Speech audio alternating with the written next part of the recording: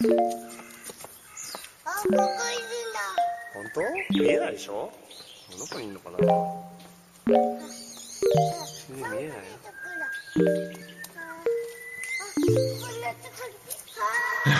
I did that just for you. What's good, Internet? It's December 2nd, 2022, Oh my God. and you are listening to Waypoint Radio episode 527. I hadn't thought of a really mean thing I could do in that intro, but I'm just not going to do it. I am your host, Rob Zachney, and I'm joined by Ricardo Contreras Hi. and Patrick Klepek. I don't even know what Rob is alluding to there. I don't even know what the thing is. Is Rob still upset about the offsides comment? No, I could answer something about what's good, what's not good. Oh, okay. All right. No, hold that thought. We'll come to that. November is over. This year is almost over. Jesus. The rate of time's advance is truly terrifying. You forget what happens around mid-November, right? Where, 2 months. 2 months is a long time. That's 8 weeks. And then just all of a sudden, now I'm staring down the barrel of firmly in. What are the games that I wanted to play before the end We're of the having year? meetings. The whole thing is basically stop planning. Yeah. Year's over. That's it. You just need to here's your cutoff. Here's what can you get done now. Am I And actually what going to little be? time is left? Apologies to Forbes 30 under 30, Natalie Watson. I don't think I'm going to play Immortality before the end of the year, and I feel awful about it. But but things are just coming. Things are coming into focus. Time you are hitting actual stumbling blocks of time will literally just turn off. Starting on the 16th. I think that's when we start. Various people start turning into pumpkins on different dates. It's very weird though, because it's also going to be an incredibly packed end of the year. Yes. We were just in a meeting where the people above us were very clear, hey, everyone's numbers are looking good. Let's just coast into the last couple of weeks, do prep work for the next year, hit the things you got to hit, do your podcast, your streams, but just, kind of head towards the holidays. Oh shit. We got a bunch of extra podcasts to record. We got the Game Awards. We have a other thing that I can't quite say, but we'll be able to talk about in a couple of days. It's a big deal for the audience. So we're going to do a little sprinting towards the end, but don't worry. I have no doubt Rob Zachney will find a way to relax himself in the closing weeks of December. There are very few things I'm confident in this chaotic world that we live in, but that Rob will find a way to cozy up and relax. That is among the things that I can be guaranteed will happen. I will say though, it'd be nice if we just hey, just lay back, it's half speed energy. Let's save that for the summer. At some point, but right now we can't really do that. In part because there's just such an avalanche of games that we're being hit with. Cado, you've been playing the latest Pokemon. Yeah. Pokemon So we Violet. talked about technical issues, but also I've seen a lot of people saying it rules. So let's discuss. Where are you on my enjoyment is being crushed by performance versus this is some of the best Pokemon ever. Where are you on that spectrum?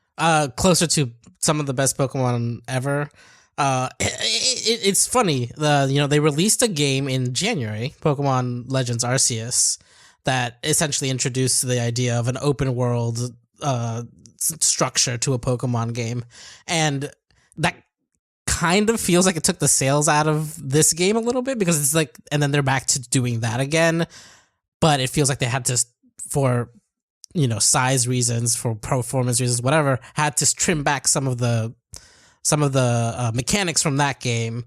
But it's still one of the best mainline Pokemon games. I mean, they're putting out two of them in a single year. It's really poor scheduling from a company that, or is intentional scheduling, because we should point out, every time a new Pokemon game comes out, broadly speaking, there is a press release that follows from Nintendo a week later that says, we have had our biggest release ever, which is what I'm fairly sure that happened with Arceus, and I know that definitely happened with this new one. And so, when you wonder, damn, why is Nintendo and the Pokemon Company grinding Game Freak into dust? Because fucking hell, Pokemon fans don't give a shit about labor. They just want to catch them all.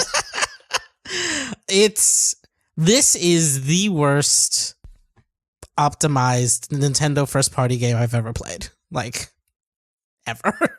Like, you know, people kind of griped about Breath of the Wild when you would go to the Lost Forest or whatever, and it would drop down to 30. It's like, buddy, I wish it was just localized to one area. And it's like all sorts of things that I feel like I don't actually know if 3 months is enough extra time to buff it out, but it feels close, you know?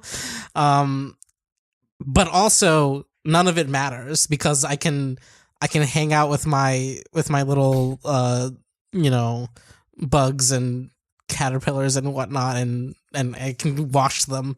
They put the washing mini game back in, which is great from a couple games ago. But yeah, Pokemon. Excuse me, you're gonna have to elaborate. Like you just ran past washing mini game as though Rob and I are just nodding in the background with you, going, "Yes, we know what you're talking about, Cado. I did miss the washing mini game from a couple of games ago." Look, Pokemon, you know, Pokemon varies, leans back and forth between, like, these are closer to being friends and closer to being pets. And, like, in some games, you can give, like, you know, you can meet Rob. I'm sure Rob's given Mina a bath before. Or maybe just you take Mina to the groomers. I have not. I have people for that. Okay. My God. Well, some people enjoy the act of doing it and see, you know, it's part of a bonding with their pets to clean them up. Have you tried to give a pet a bath? No, I have a cat. Okay, I don't need that's to. spoken by someone who has literally never attempted in my to do fucking it. life. It is the worst. But in Pokemon, it's an act of bonding with your Pokemon. Pokemon Violet and what's the other one? Scarlet. I've been playing Violet. Starts off like really strong. It has some of like the best intro, I feel like, to any of these games, where usually they like there's some conceit of like you meet the local professor, he gives you an option to one of these 3 Pokemon, and you're essentially like making that decision from the jump just based on like what they look like or like whatever other things Nintendo has released before the game comes out. And this one does a really beautiful thing where like you're going to a new school. The whole thing is like basically kind of boarding school setup, you know. We're in Pokemon's version of Spain, so there's lots of funny Spanish Spanglish kind of you know, what's the word for that when you squish 2 words together? Portmanteaus. Portmanteau, yeah. Yeah. Like Sprigatito, which is, you know, a sprig, and a gatito, a small cat. That's the one that I picked of the starters. It's very cute.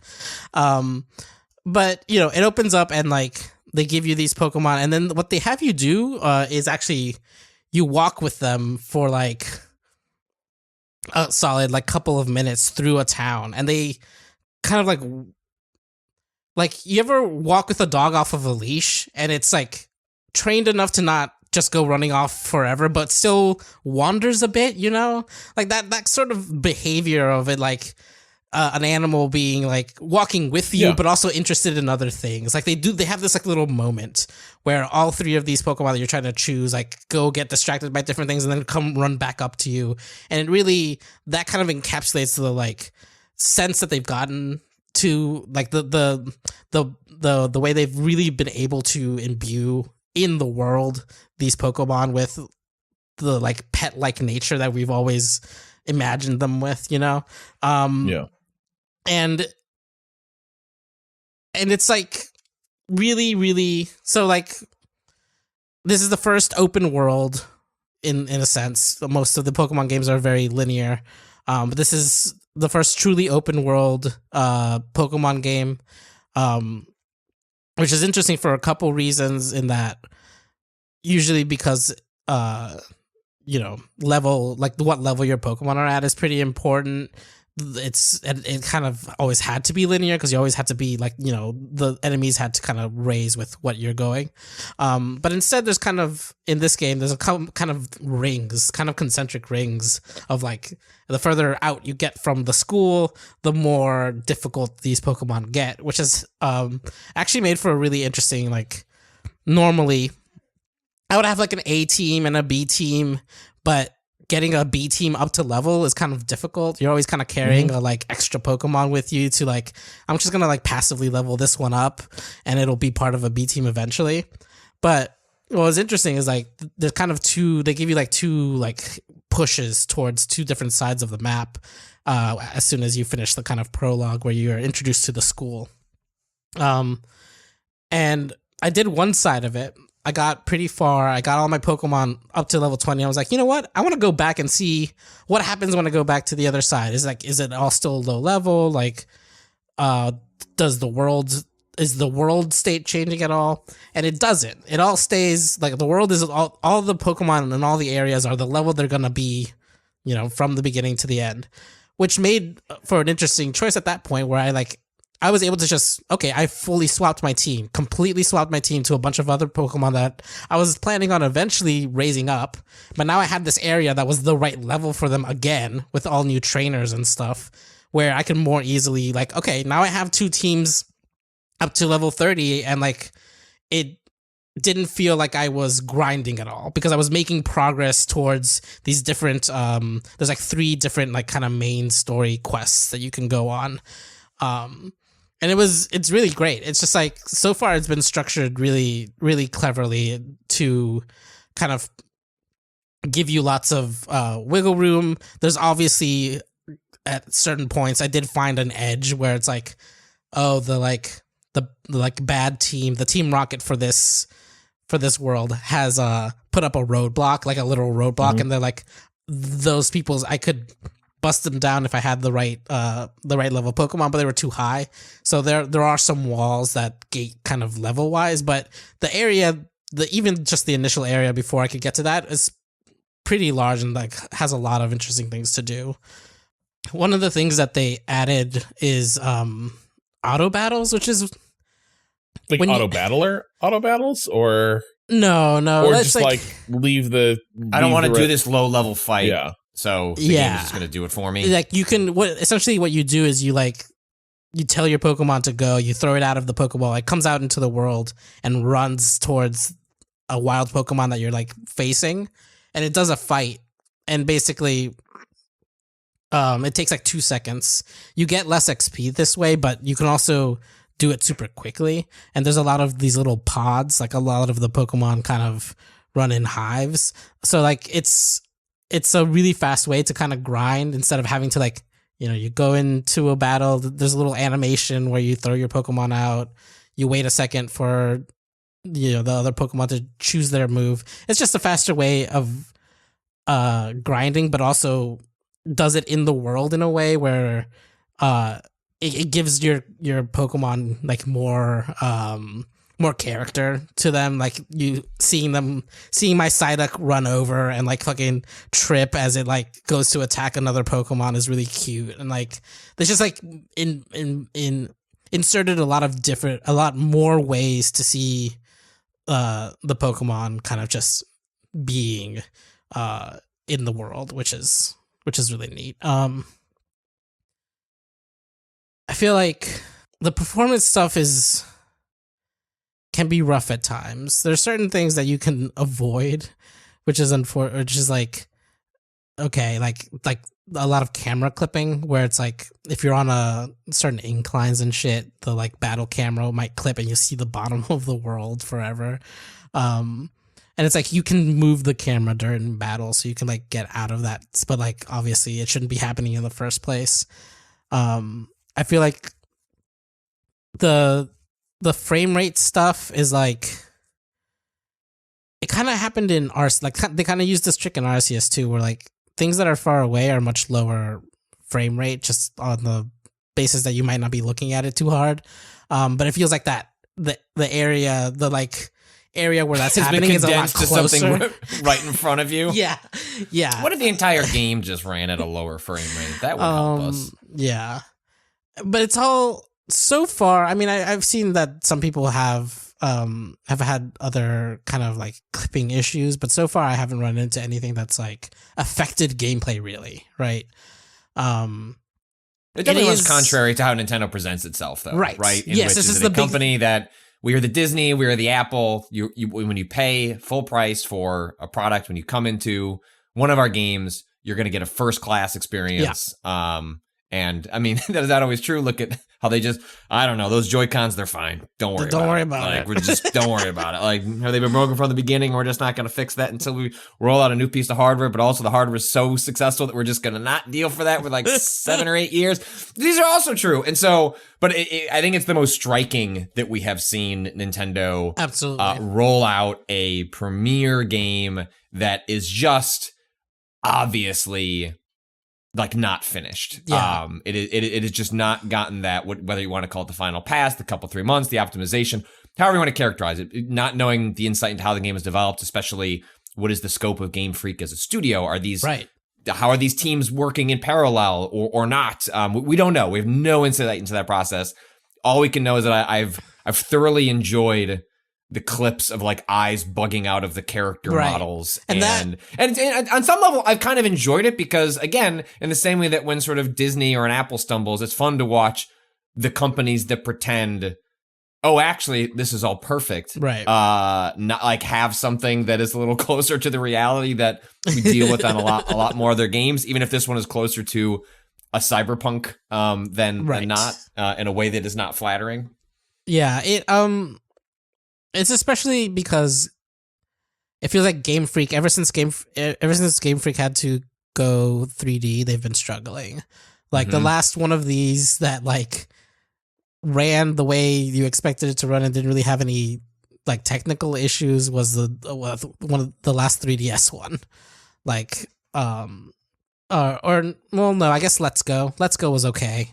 That was like the remakes that they made for but those games were also it's a aesthetically, they weren't I'm not trying to say they didn't work hard on them, but like the ambition there is so much less in terms of what they're biting off with Arceus. It's a remake of something they know, right? Like like this, them moving into 3D, like I don't know why it's been specifically such a struggle for them to get that under their heads. And like Arceus made it seem like, okay, they've figured it out.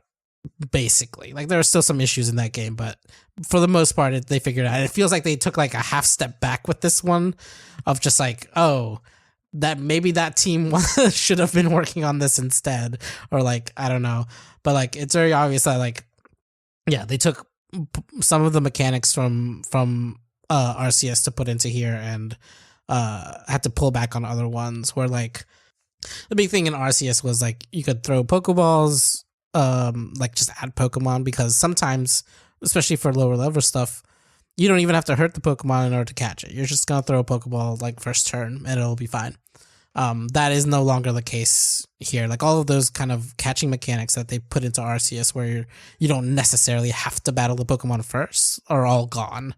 It's all I mean, I have to imagine that's because these games were just made simultaneously and it just came out roughly, not quite a year apart, but that is going to be the nature of game development. Is you're going to start off in two different places, and there was just no way for those to line up. That's just not how you can't just, hey, here's what we arrived at in RC. Is like, just go put that in the next Pokemon coming out, right? Well, part 9 months later. It's almost there. Like there are bits that are like map 1-to-1 of just like, and I didn't realize that I was doing this just because of I did RCS. But in RCS, you hold like left trigger to kind of lock onto a Pokemon before you throw a Pokeball with right trigger.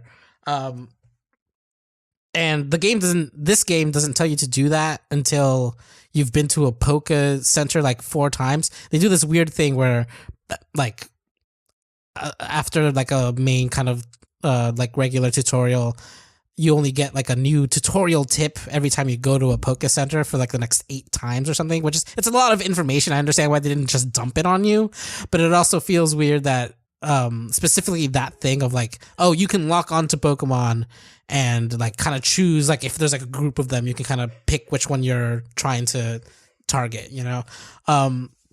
That was just a thing that's how that worked in RCS, and I kind of muscle memoried my way into doing that. And my wife was playing on her own account and was like, I see this fucking spider in a tree, and I was told, the game told me if I throw my Pokemon out, I should be able to get it, but I only throw straight. I can't throw up because there's no other. You can't control the direction you're throwing the ball at all unless you're locked onto a Pokemon, and it's just it's weird because like that is a specific holdover from Arceus. That's like, why didn't you just tutorialize that up front? That seems important.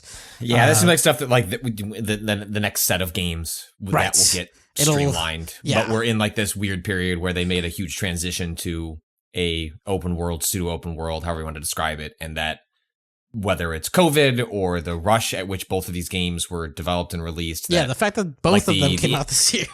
it doesn't make a lick of sense to me, especially given how many games Nintendo has released this year and has coming out next year. But then again, a Fire Emblem is not a Pokemon. You want to have, you know, if Switch sales are starting to slow a bit, because we're reaching what might actually be the end of the kind of natural life cycle for this hardware, boy, the fastest way to get a boost in the arm is just a Pokemon game, and not like a side game, but a, you know, and even Arceus kind of felt.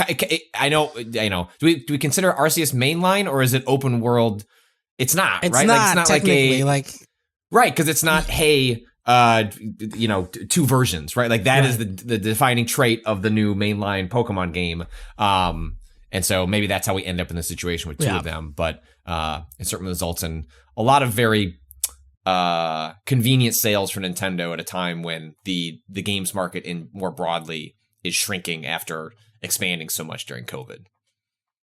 Yeah, and like you said, Pokemon is just like a cultural force, unlike anything. Cha-ching. Like, it prints money. I could use some money. Right? Hey, I know that game was supposed to come out next fall. Like, just put it out there. That Pokemon fans don't give a shit. It'll be fine. As long as those designers and artists turn out cute little creatures, we'll be good. Yeah, and that's the thing. Like those parts of it are good. Like the new designs, the mix of old and new Pokemon is very good. There's a lot of new ones, and they're all like pretty good designs. They're pretty cute. There's one that is a family of mouse called.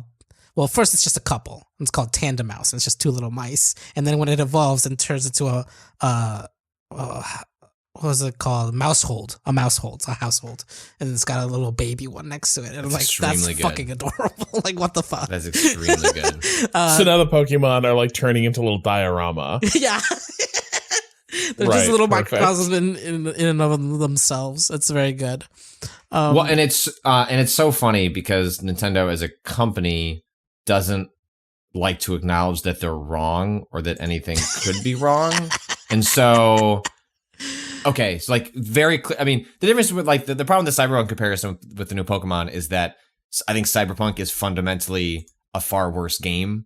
I've not played the new Pokemon, but just like I played Cyberpunk, played like, 35 hours of that. I'm like, it's fine. Like I'm enjoying it, but it's I think at its core, like the floor was much lower, whereas like the floor is a lot higher on this new Pokemon game. People seem to really, really enjoy it. Yeah. And it's the technical issues are not masking a mediocre game. They're hindering, which sounds like a pretty brilliant game. And so it makes me all the funnier that Nintendo put out a tweet 2 days before we were recording this on November 30th, in which they said, software update for Pokemon Scarlet Violet will be released on 12/1. So I guess that'll be, that'll be out as you're listening to this. Please visit our website for more information. Okay, I'm gonna go do that. Mm-hmm. Okay, wait, which one is this? 1-1. Oh, okay. So season 1 of ranked battles will kick off. That's not a fix.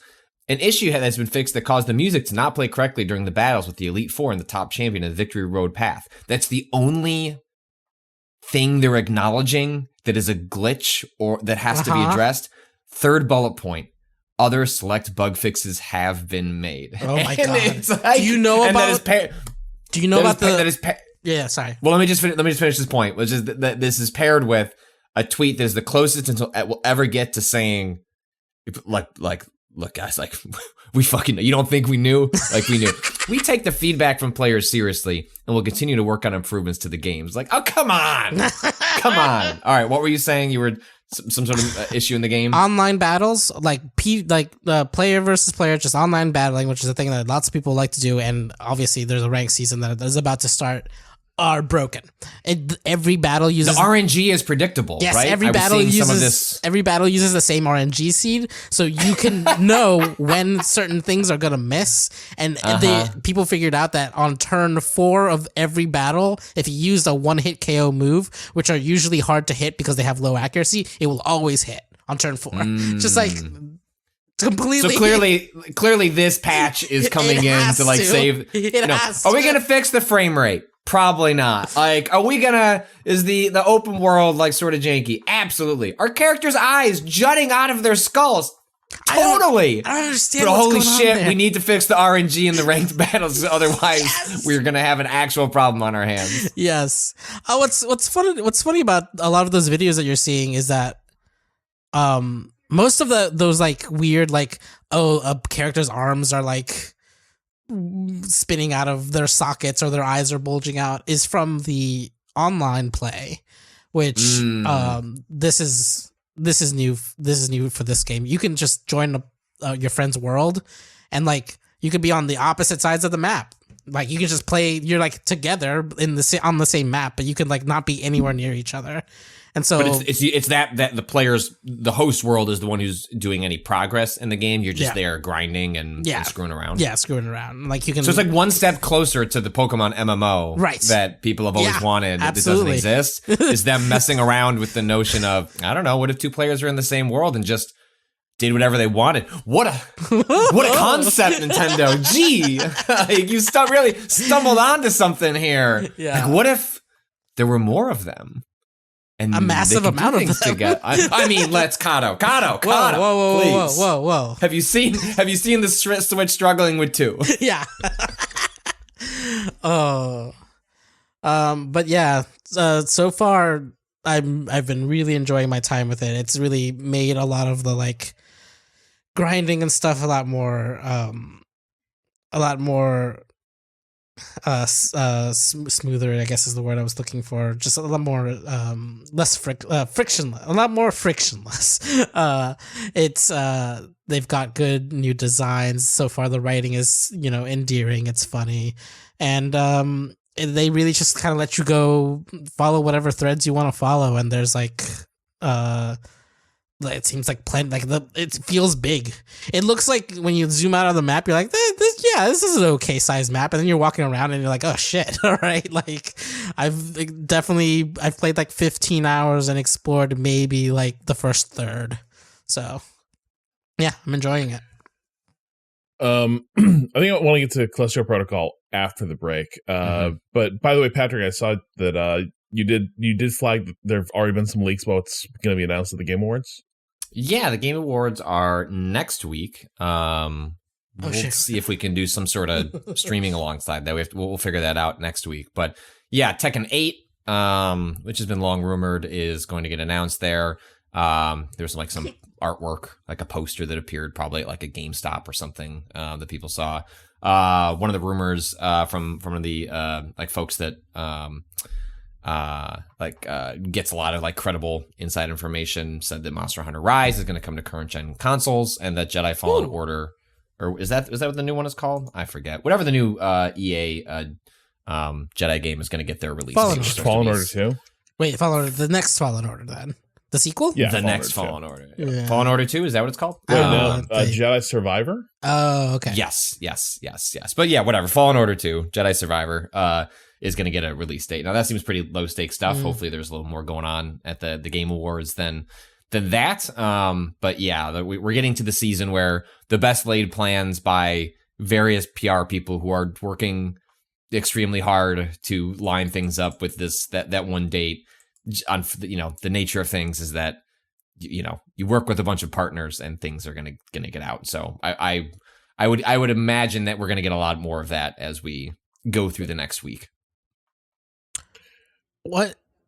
I wonder what Rise on next gen means. Like, are they actually going to update the textures? Like, are they really doubt it? I bet it is just a high res. Like, go look at the PC version. Yeah. It's already on PC, right? Oh, right. So go look at the PC version and imagine that on consoles. I mean, I think that's just a stopgap, right. Before World 2. Like, that's just easy money. Like, you're just leaving it on the table. I'm sort of surprised the RPGs don't come to consoles, but that might be Nintendo, negotiating a deal to keep that on their platforms.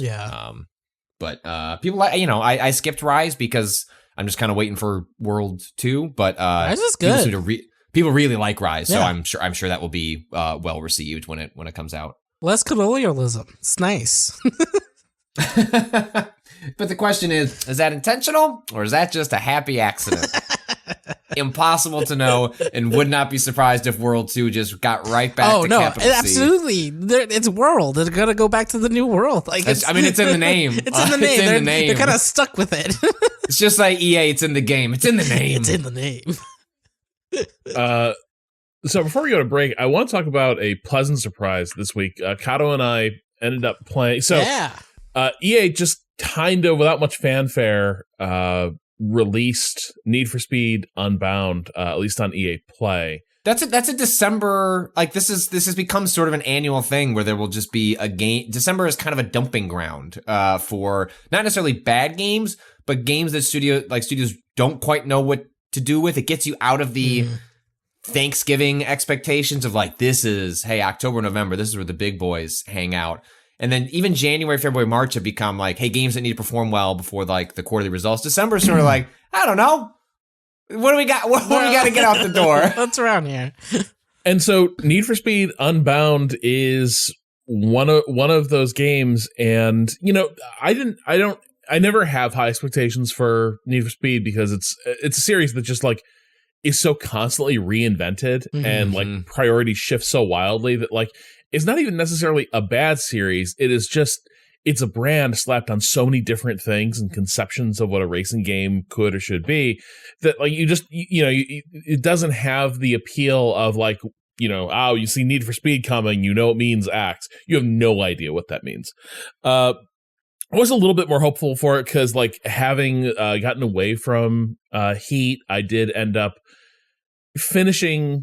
I ended up feeling more fondly about that game than I initially was, especially like at how good the cop car chases were. But I really didn't know what to expect from this one because in some ways it reminded me of, there are people who love Need for Speed Underground, right? Like for a lot of people that is their Need for Speed, which is all about the street racing and the customizability and just the whole vibe of that game. And this like gave me a bit of that vibe. Just the culture around the subculture has shifted, right? Just in terms of eras, but like it sort of seemed like there was some continuity there, at least in terms of concept. And the other part of this that made it really interesting was the fact that they actually have a different art style for this. This is not just like a hyper, like lavishly rendered, spectacularly lit racing game. This is also a racing game that weaves together like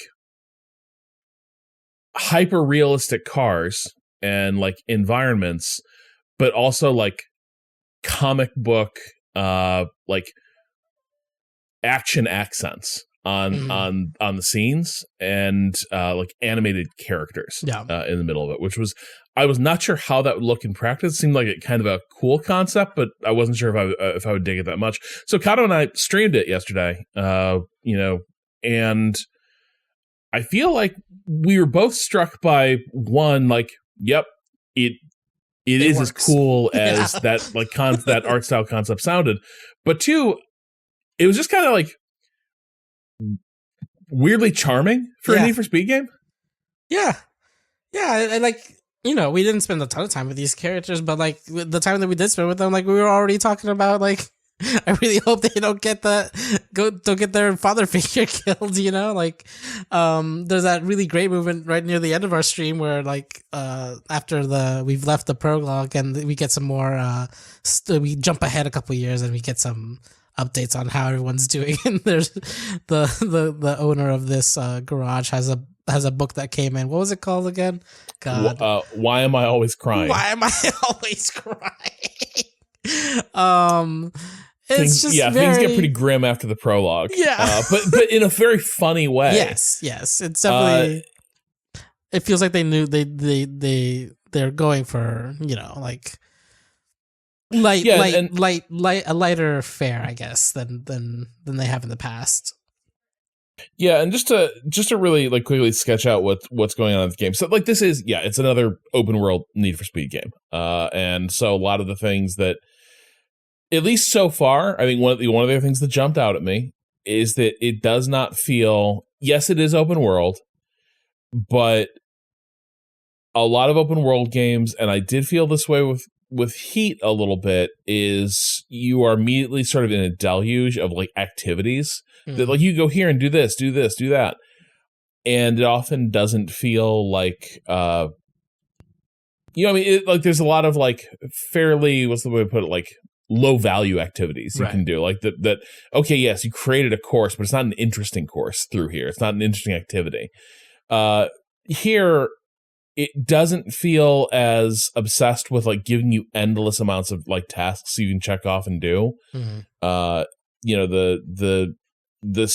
game is divided into a day and night cycle. There are day races and night races.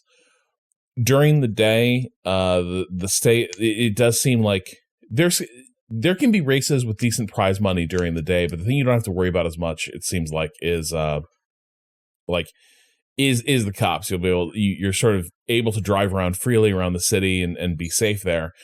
But the heat you build up during the day, from your racing, from traffic accidents, from throwing cops off cliffs with your car, all of that carries over into the night. The cops are like looking for you more during the night, and as the heat level goes up, they will deploy more advanced like cop cars and weapons against you, so it gets more dangerous. And the idea is you only bank your cash once you get back to your garage at the end of the night's racing. And so there's a bit of this in Heat, but they sort of codified it into this cycle a bit more here, where throughout the day you are pushing your luck. You can stay out and do another race and have more money you're carrying around with your winnings. But if you're out all night racing, your heat level will go from like, say during the day you only amassed a half star of heat. And then by the end of a night of racing, you might be at like 3, 4, 5 stars.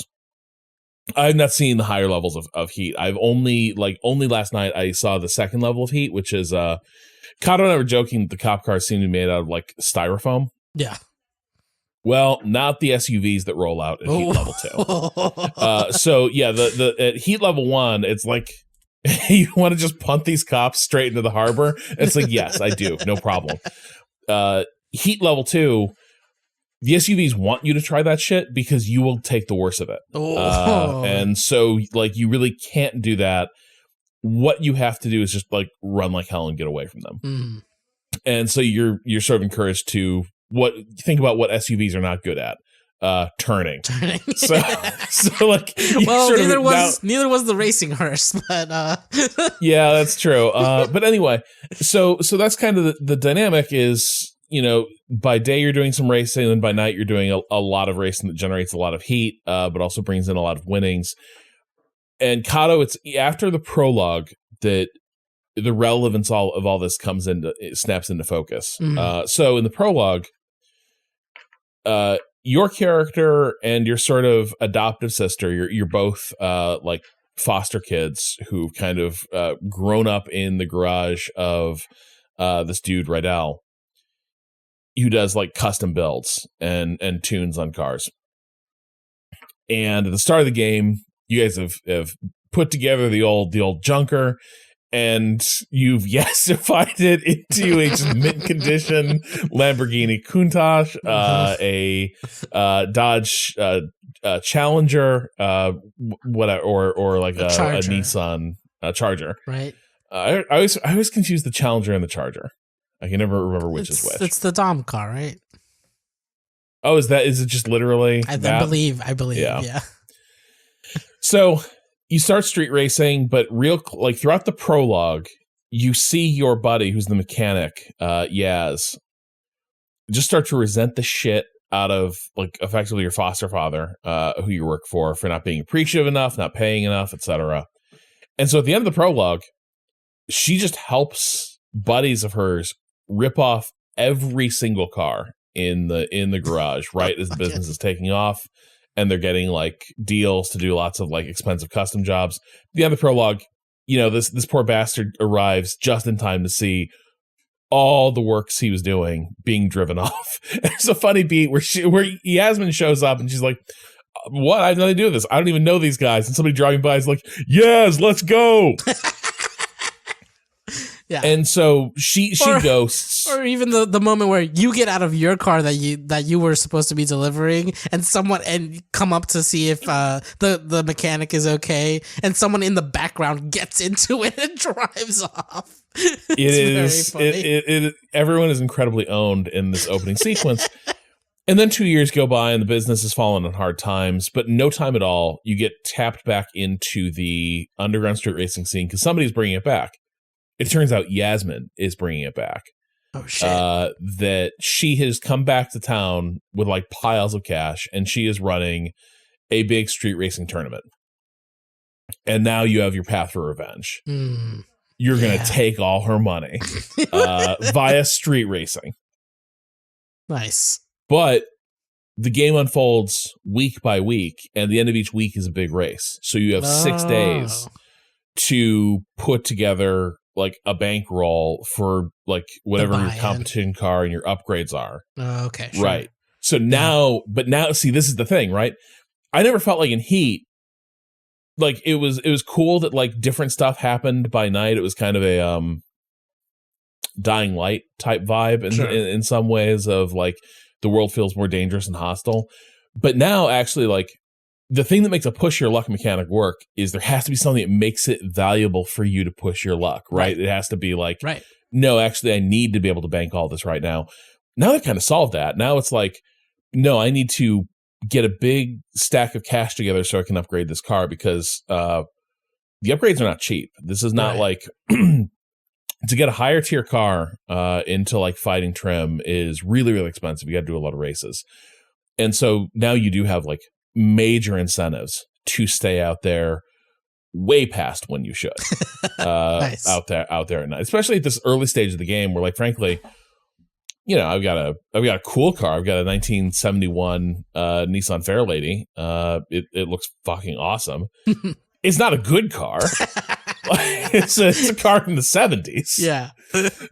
So that's kind of what you enter into, and that right there, one, like, it does not feel like it's trying to convince me that like this campaign is endless. You'll be playing this game for a year. Right. It's like, no, you've got like a limited number of weeks that this whole game is going to unfold across. And here's what you can accomplish in that time.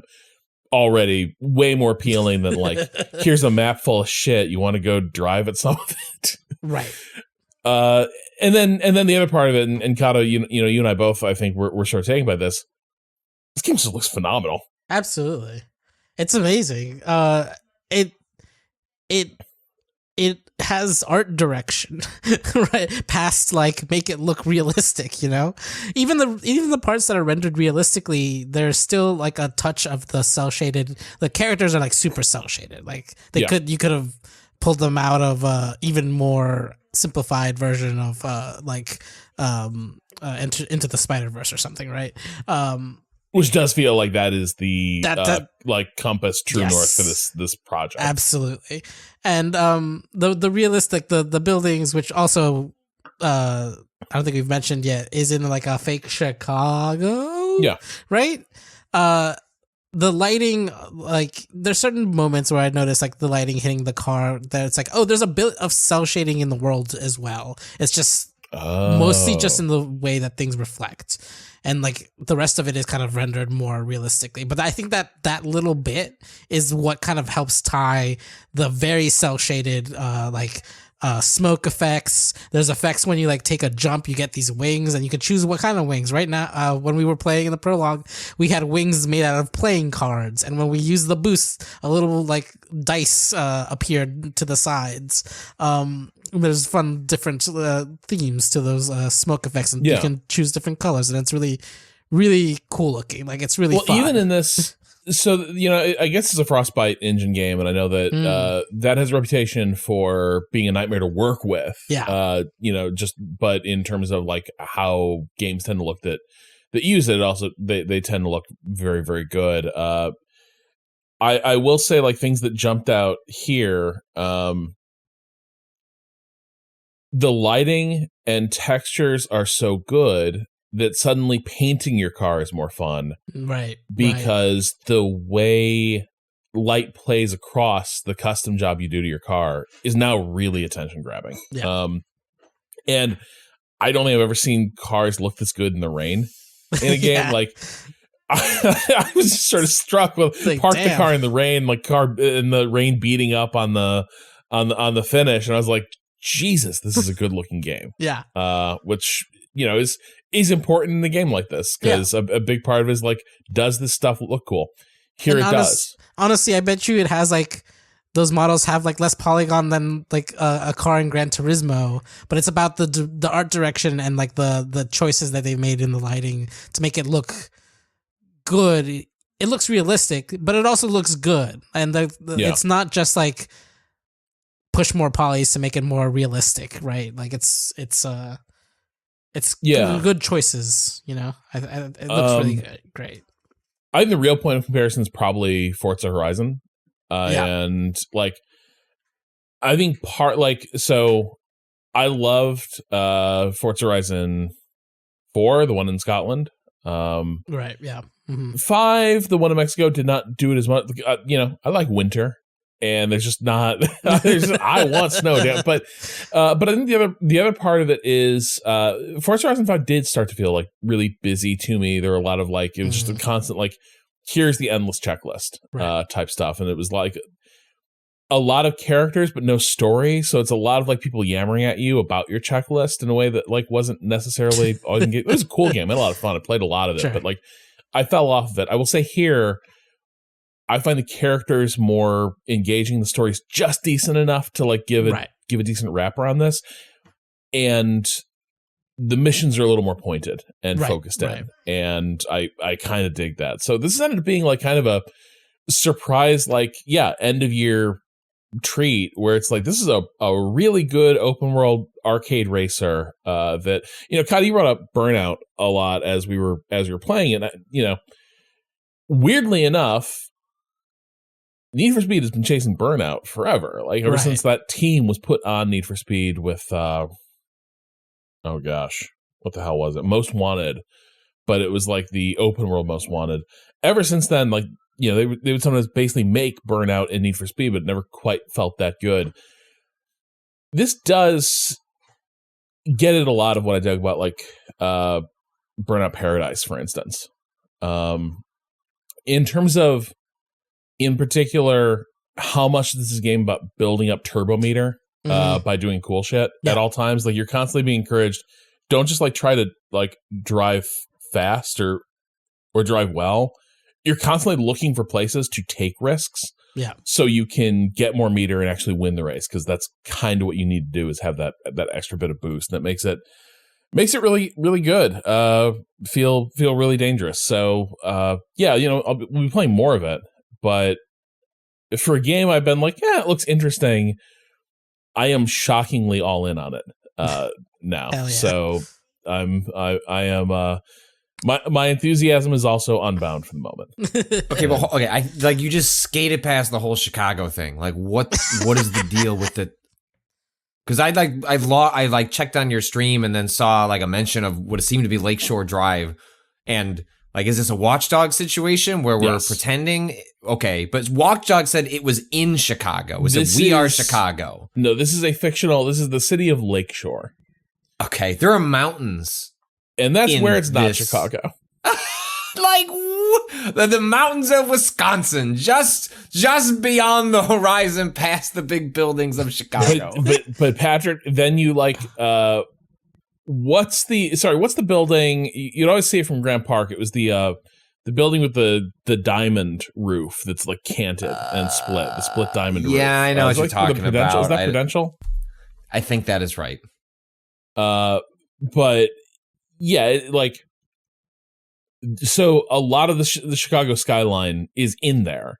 Yeah, and they have the like the L tracks, like the sort of like, you know, you remember them if you saw the, you know, any of the Christopher Nolan, specifically The Dark Knight, which was like shot in Chicago. And although like they've taken the L tracks and just like, let's just widen them. Like they're like a lot smaller so it's just sort of bizarre. Like it's the aesthetics of Chicago. I actually prefer it this way. Look, if you just want to steal the aesthetic of Chicago, but not be beholden to what that means to actually depict a city, that's fine. That's better than Watch Dogs, which literally said it was Chicago. And then like you would like leave the city for 2 seconds and you were like in the Shire, like around the corner.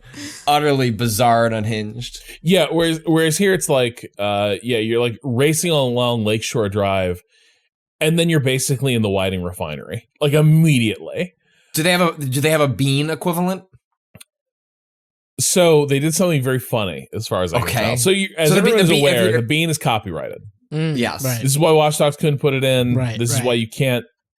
This is why you can't publish photos in a place that could possibly be monetized of the bean, because like there will be a claim made against it, etc.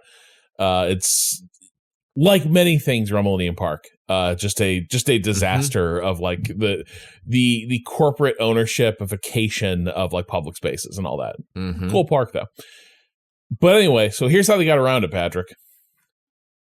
The bean has been replaced with a big hoop with the ramps pointing at it from multiple angles of the park. It's just a cool skate park for your car? For your car.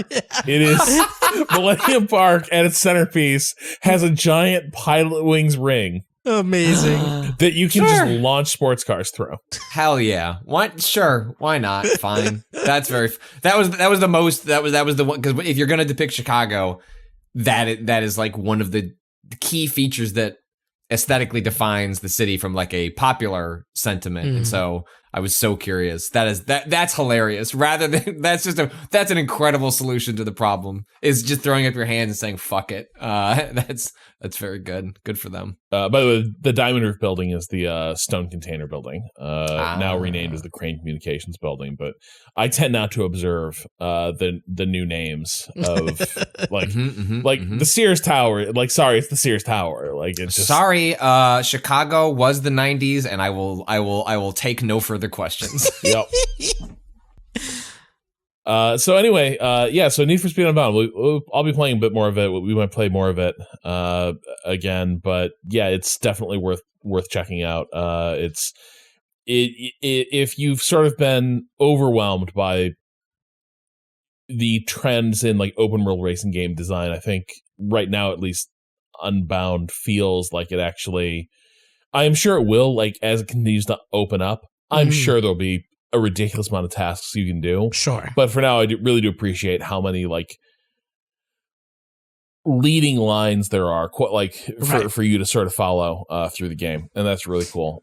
So we're going to take a quick break here, and then we'll be back with emails and then also a discussion of the Calisto Protocol. Back after this.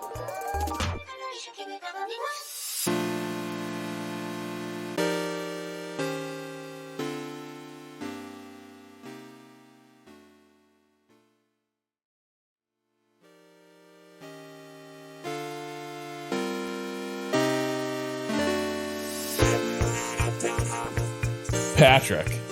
Yes. The Calisto Protocol.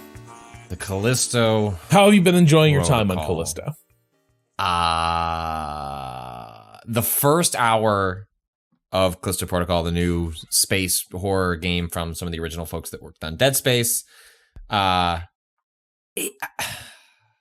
one of the hardest hours I have spent with a game that I was truly excited for. I was screaming at the game. I was angry at this game. I didn't know much about it. I don't know how much you knew about the Callisto Protocol before going into it, Rob. I think everything I knew about it is like when you and I would watch trailers together on streams. Yes, and some of it was deliberate. It's like, I'm space horror game from some ex-Dead Space people. I don't need to know anymore. It's the kind of thing where I would have taken an appointment to see it if we were going to events, but absent that, and we don't really spend a lot of time previewing games, I try my best to sort of like be as surprised as I can. And I will admit to being incredibly surprised when I booted this game, and has the aesthetics of Dead Space. I think you made an apt comparison in which you said if Dead Space was an edgelord System Shock, the Callisto Protocol is edgelord Dead Space, which takes you to a weird spot, and we can talk about what that means in a little bit. But the thing that I was hung up on to start, and that I think this game has an incredibly rough opening hour, is the discovery of this melee-based combat system, melee-focused combat system that really is more akin to boxing than anything else, in which the main thing that you're doing as the player, especially in this first hour, is you got your fists, and you've got this weird-looking zombie creature, and you need to figure out, are they going to punch from the left, or are they going to punch from the right? Nope, you're already overthinking it. That's not how it works. No? What? Okay, and here's my suspicion about, because I struggle with this too, and it sounds to me like you did not get over it. So here's the thing: you will keep thinking there's more to it than there is. Like, it is such a simple attempt at like player proofing a combat system that your brain cannot process what it is actually doing, because the enemies they wind up big haymakers from left or right side, and so I'm not supposed to be looking at this like I'm studying a Dark Souls boss? No, and that, like, you're if they're just coming in from the left. No, you dodge left once. That means your next dodge has to be the right. To the right. My That's God. the game. That's it. Rob. That's all there is with the system. What? There are no cues to read. But they're giving cues. Yes. Fuck. This explains a lot about the problems I had in the first hour of this game, because Dude, I kept thinking this can't be it, and I kept trying to like dodge the punch, because it feels like the game wants you to. Right. It feels like you are steering into the punch in places. No, it is just left, right, left, right. Oh, wow. Okay, so I need to walk you through then what I ended up having, like, my first hour, because like this now defines, and like retroactively, I want to be clear to the listeners, this is something I'm discovering in real time that recasts and repaints a bunch of my experience and decisions I made about how to approach playing it. There was a sequence about half an hour into the game where this is a very linear game. Dead Space is it's not open world, but it's a much bigger space that you can kind of roam around in. There's a reason it's got a map. There's no map here. Like, essentially, you are usually going down the hall, dealing with what's down the hall, and then going through the next door and fighting things and solving some tiny puzzle along the way. But then there are occasionally times where it's like, you could go right. Would you like to go left? And there's probably some bonus stuff for you to collect and some other enemies to fight. And I was like, okay, I clearly see where I'm supposed to go is right. I'm gonna go left. And down to the left is this bathroom. And it's a bathroom where nothing is happening in it until you come across a little treasure chest equivalent, these little blue boxes that have, like, well, eventually ammo. But at this point in the game, I only have fists. It's only health that I can get, or currency that you'll later use for upgrades. And you stomp this box, you get whatever's in there, you turn around, the lights go off, and a guy drops down. And it's like, all right, I fought like 6 or 7 of these dudes. I get the idea, like, they're coming at me with this punch. I'm going to lean this way as a counter, a counter to that, and I'm going to figure this out. And it's dark, and I can't read the characters' animations very well. And the way the flashlight works in the game is not consistent. It's not really player-directed. And on the normal difficulty, if you mess up 2-3 times, like in a fight, you're going to go down and have to watch some horrifically violent death animation where your jaw is like ripped off from your skull. And what I died very quickly and was like, that sucks. Okay, well, I'm sure it just saved me right outside of the bathroom because I had to kind of walk a minute or two to get to the spot. It didn't. Like it saved me like 4 or 5 minutes back. And I was like, okay, so I'm going to go in and I'm going to do a manual save. The game gives the options to put in manual saves in addition to normal saves. Mm-hmm. Okay, I'm going to walk over to that area. I'm right before the lights are going to change. Pause, manual save, got it. Cool. This is perfect. This is a sequence where I'm going to be able to figure out the combat in an ideal scenario, and then I should be sort of like settled for the where the game goes from here. And I'm just getting my ass whooped. I managed to get past the first one, and then I realized there's a second one. I managed to get past the second one, and I realized there's a third one. And I am just screaming because nothing about this combat is making any sense to me because I'm trying to do exactly what you're saying, Rob. I am attempting to read the animations and dodge appropriately. And compounding the frustration is the discovery that the manual saves don't do anything.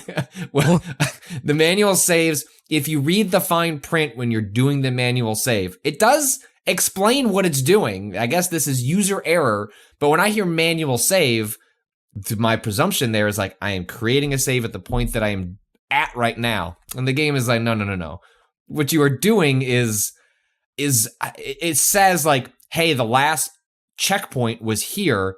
We're creating a save for you, but you will progress no further past the arbitrary checkpoint that the game has in its world. So I'm not sure what the point of the manual save immediately the feature's useless. Because, and it has a timer. It says, yeah, that was 5 minutes ago. So what I was attempting to do is create like this small box where I could practice the combat, get in rhythm with it, was then impossible because I was always 3-4 minutes behind this checkpoint. And there was no automated checkpoint to get me to the spot to let me do what I wanted to do. And so I felt myself hitting a point where, I mean, Rob was like, maybe I'm just not going to play. I'm going to the accessibility menu, like messing around with like, what can I automate in the combat so I can focus on different parts? I ended up ratcheting the difficulty, which you can do mid-game, down to easy. And I was like, okay.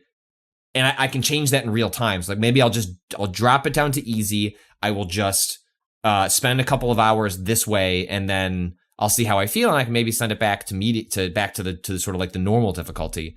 And what I'm realizing now is that whether through maybe I didn't read a tutorial text properly or whatever, but I never picked up on that being how the combat works. And that explains so much of the difficulty that I have had with this game. So, it does pop up on the tour. So there are the in-game like tutorial prompts, but then there are also big cards that take over your screen to give you like further instruction. You know how this works. Like, yeah, tons of games have that stuff where like there'll either be little GIFs or in this case, still frames with captions explaining the mechanic, and that is where you get this explanation.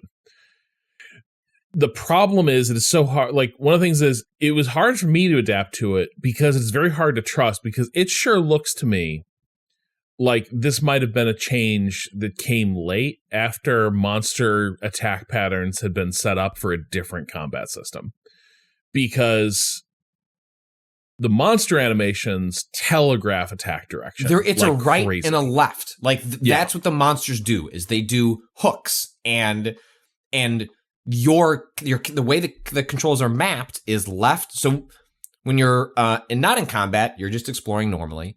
When the moment you can't lock onto an enemy. I really wish you could. Really, especially in multi enemy scenarios. I really wish I could just lock onto somebody. You can't, but the game will sort of shift to a combat scenario, and the character will position itself in front of the enemy. And then that's when your analog stick changes to like when a swing is coming, left is left dodge, right is right dodge. Holding down is a block. And you're absolutely correct. The animations are telegraphed, appear to be completely designed around the notion, which is why I'm like befuddled and frustrated and also kind of relieved to discover that those are just animations. They aren't actually telegraphs in the way that you would imagine around a combat-focused game like this. You and I wish I had not been like unloading the dishwasher when you sent me that text about like the combat system, bro. And I was like, yeah, it's unbelievably bad. Because I will say this. The other way is not fun. Like, this whole system of left, right, thwack, left, right, thwack, that is not fun combat. And the other funny part is that because you're always... So throwing the left stick in those directions in between dodge animations also moves your character. So, and I can't emphasize enough, this is the year of Elden Ring. We all spent a lot of time in a game where it's like spacing, controlling positioning in a fight and all this. All this is like massively important. In this game, you are constantly just max strafing to the left or right, anticipating the next blow coming. So your character is literally reeling around these battles like a drunk guy. And this will work even if you are against the wall. If you are pressed up against a wall to your right, and the next appropriate dodge be to the right, you just have to go to the dodge to the right, and it will work. Your character just won't, like, you know, the wall won't be an obstacle for you to make that dodge. You'll sort of slide along the wall and make the dodge. So, like, the way to play this game is you will just get, like, completely surrounded by enemies and be, like, banging into scenery and, like, get trapped in corners. And it won't matter because this dodge system overrides all of that to set you up for, like, your little counter window. That's it. Okay, I want to read the text, and like I just pasted this image in so that Cado could see it as well. So this is what this is one of these tutorial boxes you get when like you encounter a major new game mechanic. So it says, hold the left stick to left or right before the enemy attacks to dodge it. There isn't a timing window, just be holding left or right before the enemy hits you. To dodge a series of melee attacks, hold the left stick in one direction before the enemy attacks, then shift to hold the left stick in the other direction, alternating between sides. Never dodge in the same direction more than once, or the sequence will fail. And I guess I just sort of glossed through this. Yeah. Was like, yeah, I get it. You hold left and right, and you're like trying to dodge the attack. And the image they show on the right shows what I've been trying to do while playing the game, which is, oh, they're coming in this way. I'm going to dodge, like, you know, this way so that I miss and then can come in with the melee. And so, you know, I guess like this is on me for not taking this text literally, but I think absent this tutorial text, there is nothing in the game when you're playing it that suggests to you wouldn't be trying to dodge based on how the enemy is attacking you, because that's kind of just how games work. Yeah.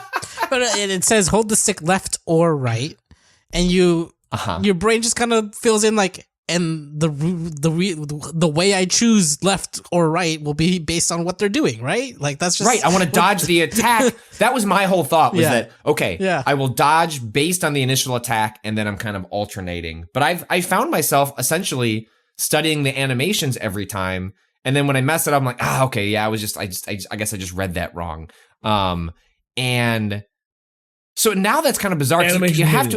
You have to imagine this is where they started on designing the combat system, and then ended up in a place where, hey, we've made a horror game in which is dark all the time. It's kind of hard for players to read these animations. Well, and also your camera is so close to this dude. Maybe that's also part of it. Is it's like I don't like this, and a lot of games do it now. I've never been a big fan. God of War is the same way, where the camera is extremely close. Your dude just takes up like half the screen, like just enormous lad in the foreground there that you're trying to sort of see around. And so I never have a great sense of like the space around me or anything like that. It's all sort of taking place in a narrow cone of vision to the front and right of where my guy is. So maybe that's also part of it. It just ran contrary to what they wanted to do with the presentation of the game.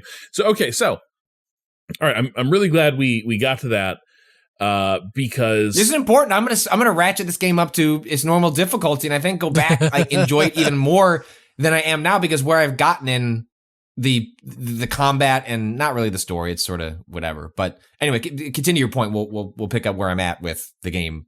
Separate from playing it incorrectly for 4 hours. I also did not dig the opening minute. So the pitch here is that you play God, is it Jake or is it Sam?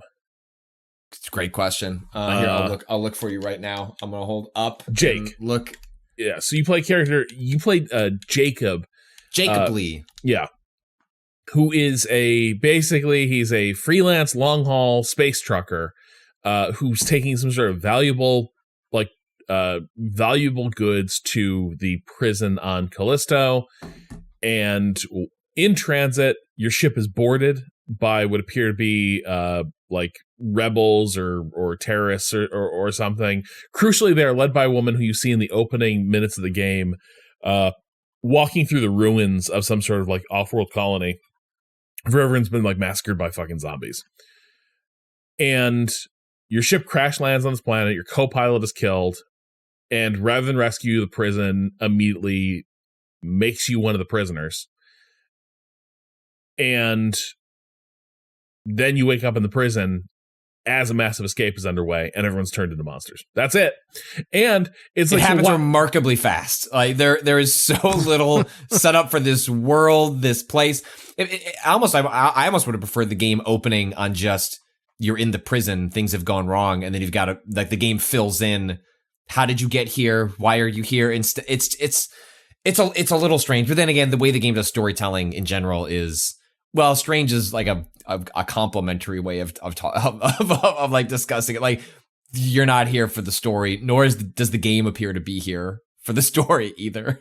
No, and so why is this happening? It looks like the warden just kind of thought this would be cool to unleash some sort of super zombie virus. He appears as a hologram to let you know what's going on. And it's all basically the Sickos cartoon of him just being yeah, my zombies are eating good. He's it's for the greater good. And I'm it is also the most I want to turn people into dinosaurs shit. Maybe we'll get more motivation, but it's it just makes zero sense. Yeah, it's and that said, it's that runs contrary to its actual presentation, which is a number of actors there are several actors that you've seen in things, but you can't quite pinpoint. I was the quote terrorist, rebel. I was what is she from? I was oh right, she's one of the main Karen actors from the Boys. Yeah. And the lead is guard is Sam Witwer. What is he from? What's the most recent thing I've seen him in? Oh gosh, he's been in a bunch of things. Oh god, he's Crashed Down in Battlestar Galactica, but that's probably not what you're talking about. No, hold on, I'm looking. No, not Star Wars: The Clone Wars, not Riverdale. Maybe it was Star Wars: Fallen Order. I mean, maybe. I guess that could be. Wait, who is he in Fallen Order? I don't know. Anyway, Supergirl a lot. Maybe I just broadly know his face. Anyway, he's in here as a shitty, a prison guard, prison management sort of person. And then you have how do you say his name? Josh Duhamel. That's Duhamel, a guy you've definitely his face. You don't remember the last time you've seen him in anything. Yeah. A guy that I associate more with late 90s, early 2000s sort of stuff than I do anything now. But he's here and he's the main character, but it's just not a game that, I mean, I will see where it goes, but it's even the audio logs in this game are just I feel every time an audio log, which of course you can't walk around and listen to. I have to hit up on the D-pad, scroll over to the character. It can't automatically just start playing it. I have to go through the interface, pull it up, and they can't then hit back or up to just walk around and listen to it. It's also so it's doing the same thing. It's the similar interface to Dead Space, where it's it's all on Isaac's display and shit. But it's also a much simpler game than Dead Space. So it's vestigial, where it's you don't have as many systems to manage. So you just go into this kind of clunky menu interface to go pull up these recordings. And the recordings they're not insightful. They don't build out the world in any meaningful way. You'll come across and every time you get the recordings, sometimes you'll find them sitting on a crate. More frequently, you find them because in this world, there's this implant that is blasted into your neck and your cranium, and you'll like come across a character and you need to get a key card, and then you'll also get an audio log with it. And thankfully, a game that otherwise is very indulgent about its violence and depicting it for the player and kind of reveling in it. Every time your boy Josh just has to get down there with a shiv and just fish it out of the back of somebody's neck, and then you get an audio log in which the scene that's depicted in front of you shows this guard was clearly the hanged guard. Yeah, there's a guard that was. Yeah, there's a sequence where you see all these hanged guards, and you get an audio log about a hanged guard, and then the audio log is like, "Oh no, I'm being hanged," Don't and that's hang the me. end. Don't hang me. Yeah, that's We're gonna hang you, boy. And it happens over and over again, where it is just repeating the scene in front of you without any insight. Where like you'll see like someone who's like been ripped apart by zombies, and then again, inevitably the audio is like, "Oh no, don't rip me apart, you zombies!" And like, well, and again, like, so they also do the thing you had in Dead Space where like a holo recording was capturing the scene where sorts of bad shit was happening, and in System Shock, obviously, you had the ghosts where you could see the scenes play out. Mm-hmm. But again, here it's just once again not very interesting or explanatory, and it's completely arbitrary. Yeah, like it's like there's the first one you get is a sequence where it's like an operating table. Yeah. And then a kind of little scene plays out for a minute or two, for not even for a minute, for like 20 seconds. But like, it's not clear why it was triggered. You didn't trigger it. It just started playing when you walked around the corner. So in, back in October, my wife and I with some friends, we went to Pittsburgh and went to a couple of like high-end, like haunted houses. And while it is true that there are a lot of horror games that get compared to haunted houses and have the feel of a haunted house, playing the Calisto Protocol feels so much like having gone through the haunted houses that I just did. And what I mean by that is frequently when you're going through a haunted house, it is, you're going to like different themed rooms, but it's like the most over-the-top thing possible because you're in a space and it's trying to evoke like, you can't just put a little guts. You have to put all of the guts. Like, you can't put a body. You have to put all of the bodies. And Calisto Protocol over and over feels like I am going through this extremely linear haunted house. Of course, bookended every couple of minutes by something screaming at me for no particular reason, and a jump scare that is pretty unearned and is just there because the game feels like it's on a timer, and it's like, oh shit. Like someone went through the script and was like, it has been 5 minutes since we had a jump scare. You know what the bosses said. Get another one in there somehow. And it makes it less effective as a result. Like, there's actually not a lot of quiet moments in this game. It actually doesn't feel like the scenes that depict incredible violence, none of it very, very frequently doesn't land with me with any sort of oomph or emotion. It feels very empty and plasticky in a way that I can't quite put my finger on, but it's like all the elements are here for me. It's like a game that I should be adoring. And, you know, we should eventually get to some of the stuff that I've come to like in the combat, but like, it's just none of it's just not quite landing for me in the way that I desperately want it to. And I find that really like profoundly disappointing that it's not. This is, you know, I was thinking about this. I am predisposed to love anything that's like, we're in space and something real bad and real scary. Yeah, Event Horizon is one of my favorite horror films. Like, that's not even a particularly good movie. And that is like a movie in which, like, I don't know, you want to see some fucked up shit? I do. Boy, do I. Yeah, like, I adore this shit. I love it. And I'm, you know, I can't get enough of it.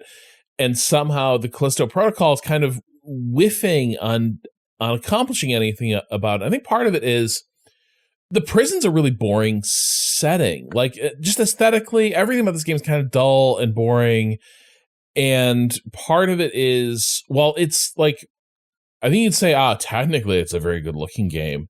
It is. You know, light bounces off textures in really like convincing and sophisticated ways, etc. There's a lot of detail, but there's nothing interesting that you're rendering in all that detail. It's like This entire building is made out of girders and sheet metal, and that's kind of it. Like every single scene is just more of that. And the monster design is just like, big, bubbling with boils, enemy meathead that you just gotta like beat the shit out of.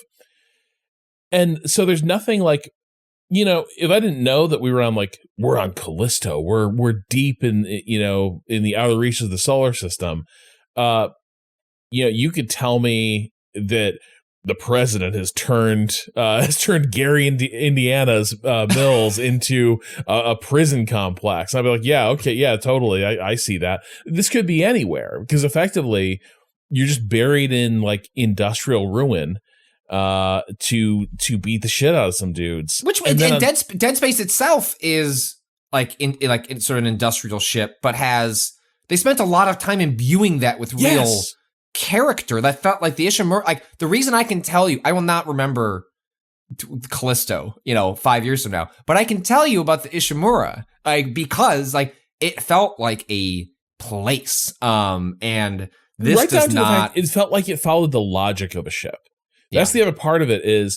Or tricks you into the logic of a ship, right? Like it doesn't actually, if you were to look at the map, you'd go, this isn't a ship, but to the player, it feels like you're in a ship. Yeah, it's like, okay, we're moving toward the front of the ship where command areas are. We're moving toward the back where there's maintenance and engine stuff. You always sort of feel like, yeah, it makes sense that I'd see something like this here, etc. This just feels like a series of long circuitous paths that you're navigating, and there's no logical flow of function. Not one thing is not logically next to to another. That they'd be two systems that interact, and so it just feels. It feels very contrived, and the horror beats it's playing, the audio log stuff is a great example. One, we've just seen a million things like this at this point. It's just not, you cannot have, I doubt it would. System Shock 2, it certainly wouldn't land if I was playing an audio log, people being like, oh no, I'm being killed. I'd be like, that's corny as hell. In 98, it wasn't. I was like, wow, this is fucked up. Some really horrible shit happened here. But at this point, one, because there's a real lack of interesting characters, and that's something that I think Dead Space handled well, System Shock's tended to handle well. Even though everyone's dead, you're sort of going through the aftermath of some sort of interesting character drama that played out. Mm-hmm. There's no interesting characters here. The warden is just, again, sicko's meme, and then it's a bunch of guards and prisoners who all killed each other, and that's kind of it. So all it is just you enter a scene and everyone's been sort of rendered into meat. It's just a charnel house, but there's no sense of horror to it because all this is just posed. Everyone it's a world that feels like it's full of props and special effects, which is where I get the sort of haunted house comparison. It just feels like I can see the artists and designers so nakedly here. It's like, I see how you set this scene, as opposed to they set the scene and then I walk and I sort of get some sort of emotional reaction, whether it's fear or sadness or whatever. Props is the best. That's the best way to describe how these scenes frequently feel. And it's because the lack of emotional or character grounding. Your character is, he talks, but he feels as though he has less personality than Isaac, a character who didn't say anything other than grunt in the original Dead Space. Yeah, well, and because again, you had characters that we were invested in. You knew that that Isaac had a loved one on the Ishimura, who was sort of caught up in all this. You knew that Isaac had those coworkers that were sort of loose on the spaceship who had their own stuff, and then he had a motivation. Our character is. This game opens with you essentially hustling a bunch of dangerous, you don't know what it is. You know it's dangerous. You know it's bad. And your space partner, who, mild spoilers, skip ahead 30 seconds, dies in the opening, basically telling you, we shouldn't be doing this shit anymore. Can we please stop? And then dies a horrific death. Your character shows no remorse for that, other than briefly looking at his fucked up face and going, but glad that wasn't me. So there's no rooting for this character. You're not even rooting against the character. Frankly, I wish the game I was playing as this rebel terrorist girl. She seems by far the most. She has motivation. Yes, is that's interesting, has agency, is active in the world. I do know that the trailers, suggest she becomes a main character at some point, but boy, I wish this game had centered her as the main character from the jump, because it just seems like she would be more. Right away, to be when in we this first world. meet her in that opening scene, she's immediately in a more interesting setting than Calisto Protocol is. It's like, okay, so this thing like wiped out a colony. Great, that seems cool. And instead, it's like, now just imagine if it were unleashed in the most boring prison in the galaxy. And it's like, yep, that's the game we're playing. So the other thing is, you alluded to this. There is, of course, an upgrade system. You sort of, there's things you collect in the world that you can sell to the 3D printer like vending machines. Again, very, very System Shock, very Dead Space. But you have your choice between, in general, cash is tight enough that like your favorite tools, the ones you're going to want to upgrade. You can't upgrade everything, but then you also have the options of buying new weapons. But the thing I figured I was going to really get into upgrading, because again, like ammo for it is free. It's your melee weapon. It's your like stun baton, which doesn't really do stun baton stuff, and it's more like a club sword. Is kind of it turns into kind of a chainsaw as you upgrade it. Yeah, but the first thing it gives you is, and now you'll get the blocking ability. And the way they phrase this, if you press down on the left stick, you will take less damage, and you will open a counter window against the enemy. I've now been in many fights with this ability unlocked. I don't know how it works. Do they mean pull back on the left stick, or do they mean press down on what is called like the L3 button? I have tried both. I have not blocked successfully using either method. Like no counter has opened up for me. I'm in the same boat. Is it like a parry timing thing? Does this feel like a parry timing game? They said explicitly with the left and right stuff that there is no timing window, so I can't imagine there's. So the thing that's a little odd with this is usually when you get a new ability, you get the pop-up text, right, and you can reference it again in the options menu. Nothing pops up on this upgrade, and I'm with you, Rob. I basically like loaded into a spot where I had a checkpoint right before some enemies. I was like, I'm just gonna hold back and just see what happens. I was like, well, I just got hit, and it didn't seem to open up a window from what I can tell. I mean, that said, around the time that where you're at, and I'm a little bit further than you, is you do get, it does get a little more interesting in terms of, and again, this is why I think the game has a really poor opening in terms of the combat's sort of hard to grok from the start. It's not really clear how it works. It's very easy to die. The checkpointing system is actively bad when you are going off the beaten path for a game that is otherwise strictly linear. But things start to change when you get this stun gun, because then suddenly enemies go down much faster. Is that the shotgun thing or the skunk? Well, there's also a pistol.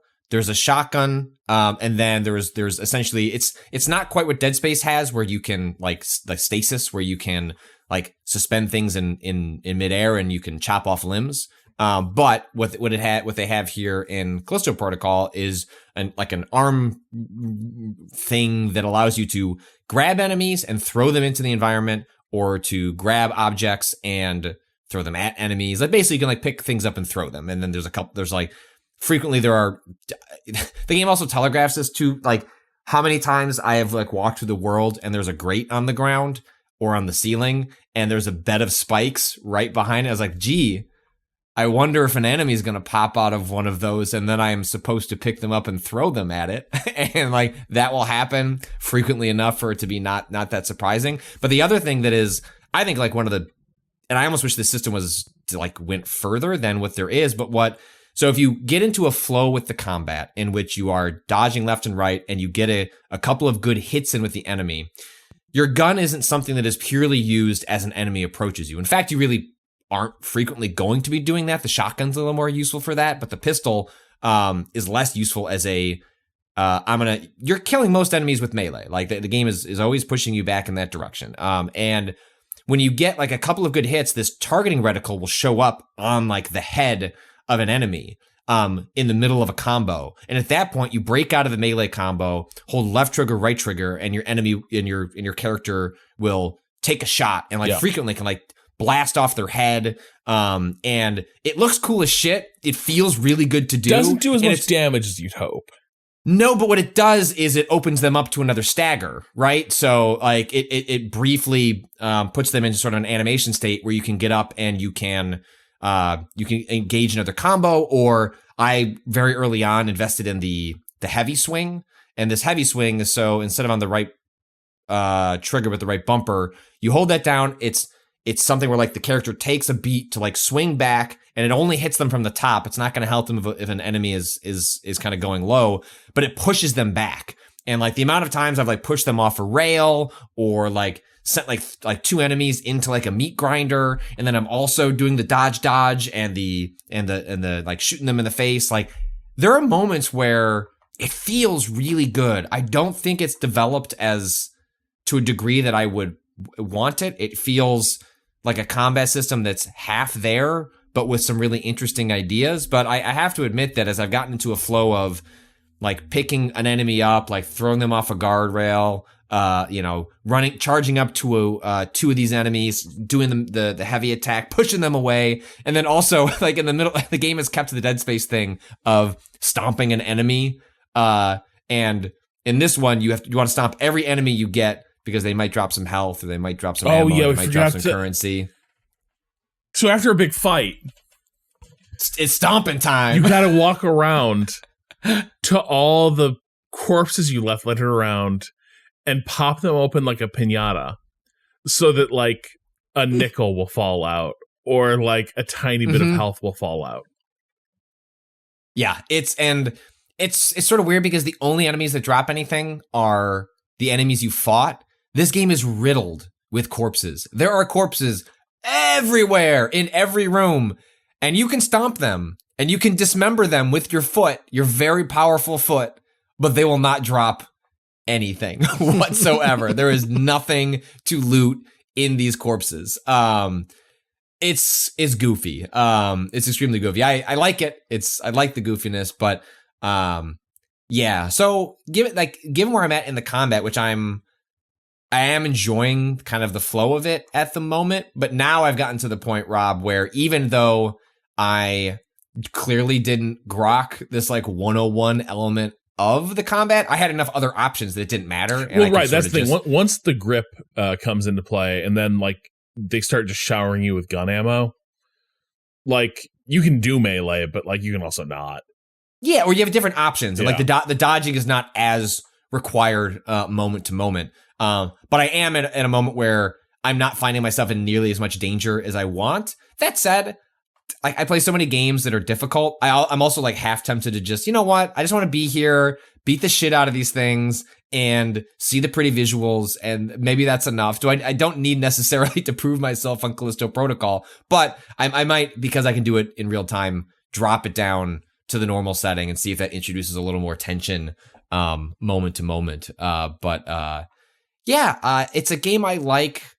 I don't love. Sounds like you don't really like it and may not continue with it. So I will say, like, I think you should drop it down to easy. No, but the thing is, I wasn't having those problems. Like, I'm not like pace of play is not like it's not all like I'm grinding through the sequences. Once I grokked the combat, it like went fine. You were good. Okay, but it is more just. I think even if like, because I did understand what the combat was going on, I think this has a terrible opening 2 hours. Like it is just wretched. Because they, in part because they're trying to teach you the melee stuff, you just don't have any fun tools to play, and then the world just sucks, and the setup isn't very good. It's just fists, and then once you get to the stun gun, things kind of pick up a little bit. But yes, it is a really grueling. I think what I'm desperate for, though, and I think this is the thing that you're ahead of me, so I'm heading to the waste treatment facility. We're going to the dome, Rob. I'm hoping you get this. You get right. So this thing, I need something that does not just look like an industrial machine, like that basically doesn't look like the part of your basement where the water heater is, like just like multiplied by a million. With just like buckets of blood thrown everywhere. And so there's this moment where. It's not really a spoiler, but like, because this takes place on an ice planet where you're headed to this area called the Dome, and like in between you and there is like a bunch of snow, and I'm like, get me out there. Like, get me to some other aesthetic. And I can't tell you that it exists. I am still like, you're in a gross looking prison. And then, Rob, you're about to head to a gross looking sewer that doesn't look much different than the prison. And I can't tell you one way or the other what's on the other side of that. I'm going to make sure you and I are going to do a little letter series about this game to publish when the embargo is up. I'm going to make sure I get there before we finish that so I can either excite you or depress you for what's to come in this game. But I am with you. I desperately hope that there is something visually a little bit different. Because right now it just feels like I'm going through the same, especially because it's so linear, right? Like the fact that the aesthetic is kind of boring and repetitive and it's linear, like you're a little more forgiving when it's a giant space and it's like, okay, you got to fill this with stuff that looks similar. This is like so like 9 times out of 10, you are just, hey, remember when we were talking about shimmying in The Devil and Me? Boy, Calisto Protocol. You're shimmying all over the place in this game to get you from one area to the next. Also, so they did something. There's just little fuck you things in the level design too. So there's the sequence where you come into, it's like a basement storage area / garage. Like, what's weird is they're meticulous about labeling where you are in the facility. Everything has like facility coordinates and then what the room is for and everything. Doesn't make it feel any more convincing. Like, it's like, here we're in basement storage 08. Also garage level 2. No evidence of garage shit. Well, and there's no, and because there's no map, you don't return to old areas. No. You don't have any sense of the space. It feels like you're just walking forward through a hallway, and the hallway looks different occasionally. But you come into this place, there's a door to your right, it's locked, you need a fuse. So you go through this whole clockwise, like, multiple little fights with dudes, and you come into this storage area, you fight a bunch of dudes, you fling them into the spike traps, the exposed fans, the meat grinders that are left everywhere. There's scenes where turn on the generator has fucking meat grinder stuff on it. Like, why? I don't know. It's just like, they were like, you know what this dynamo needs? Like mincing blades. Okay. Anyway, kill all these dudes. Here's the fuse. And there's a locked door right there to a storage area with goodies in it. Got to walk all the way back around. Now you're in counterclockwise. Back to where you came in. Pop the fuse in. Get access to the storage room. Storage room's kind of empty, but now you can shimmy through, and that's actually where the real storage room you saw from the other side of the area was. You go in there, is where you get a blueprint for a gun, tools, and everything. That door is still locked. You can't go back to where you were. And it doesn't appear that this was actually the path to progress. This is just a side area. Okay, go back around. The door exiting the area requires a fuse. The fuse I'd left to open up the goodie area, so I had to backtrack yet again to go grab the fuse and take it back to the area that lets you effectively like end the level. And it's just little stuff like that of like, what trick are you pulling here? Like, what was the, you know what I mean? Like why is it like once I get into that secret, that not even a secret area, but that like storage area that I can see from the room right before the level exit, why is it once I'm in there, that doesn't just unlock that door so I can just cut right through? Or why doesn't sometimes that does happen where the game extremely arbitrarily, there'll be a door you come up to and it says locked. It's like, okay. And then you will shimmy, like you often shimmy or crawl through a vent. There's a lot of both of those in this game. And you'll find your way to the other side of that room, and you won't flip a switch. You won't put in a fuse. That door will just suddenly work because you made it to the other side. And look, frankly, who cares? Thanks, game. Like, I get it. You're just trying to get me to explore. But I'm with you where like the layouts don't make a ton of sense. The game is also actually frequently poor at signposting what the cutoff is to the next area.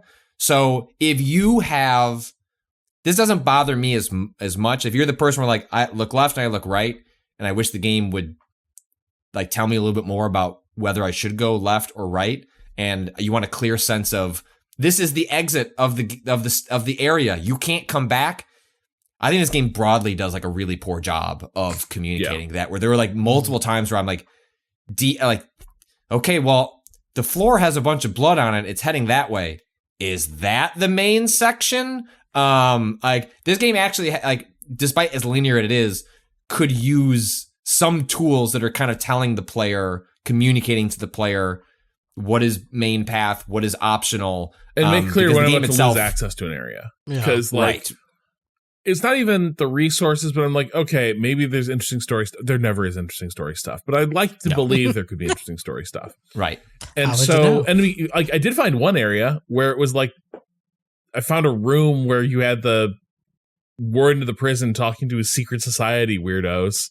Yeah, like, I found that was cool. Is everyone ready for the big monster reveal? And evolution. Like, yeah. But if they, like, it so often feels like you are losing access to parts of the game where there might be resources, there might be story. And if this game were amazing, it would still bug me. But it's not, and the implication that, like, you know, you just have to play again and, like, explore some of these areas next time you come through and, like, then, like, see all that's happening in Calisto Protocol. I'm like, absolutely not. That's never happening. Like, never coming back here. Like, this is the only time in my life I'm going to see these environments. This is your one chance to get this stuff across, or I'm out. Well, and especially because the game has a really limited inventory. Really limited. You have 6 slots, I think. Your weapons don't. Thankfully, the weapons don't count. So, like your stun gun, pistol, shotgun. Like as you amass kind of like a larger armory, that doesn't count. But your health items, your ammo, your other like things you're collecting to sell. To increase like the amount of money you can spend at these things. I don't know why your buddy who knows everything about this prison can't just hack into this this 3D printer so it gets some of these upgrades a little faster. But you end up having these moments where you're trying to figure out, okay, the game seems to have signaled this was the end of a set piece. Okay, so I think that is going to be the end of the area.